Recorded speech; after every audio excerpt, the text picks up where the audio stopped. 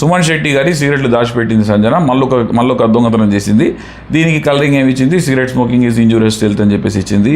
అంటే ప్రతి big boss హౌస్లో ప్రతి సీజన్లో ఇది ఒక జరిగేదే. స్మోకింగ్ ఉన్న వాళ్ళు సిగరెట్లు దాచిపెట్టడం, ఇది చేయడం, తర్వాత దాన్ని మళ్ళీ నాగార్జున గారు అడ్రస్ చేయడం. నాగార్జున గారు ఎప్పుడైనా కూడా వీటి మీద అడ్రస్ చేస్తూనే ఉంటారు కదా వీకెండ్ ఎపిసోడ్లో. నాకైతే మన మర్యాద మనీష్కు గట్టిగా పడతాయేమో అనిపిస్తున్నది ఈసారి. సో దాచిపెట్టేసింది, నేను ఇవ్వలేదని చెప్పేసింది. కానీ ఆ ఫేస్ ఫీలింగ్ చూస్తే, ఎక్స్ప్రెషన్ చూస్తే దొరికిపోతుంది. ప్రియా వచ్చి అదే చెప్పింది అనమాట.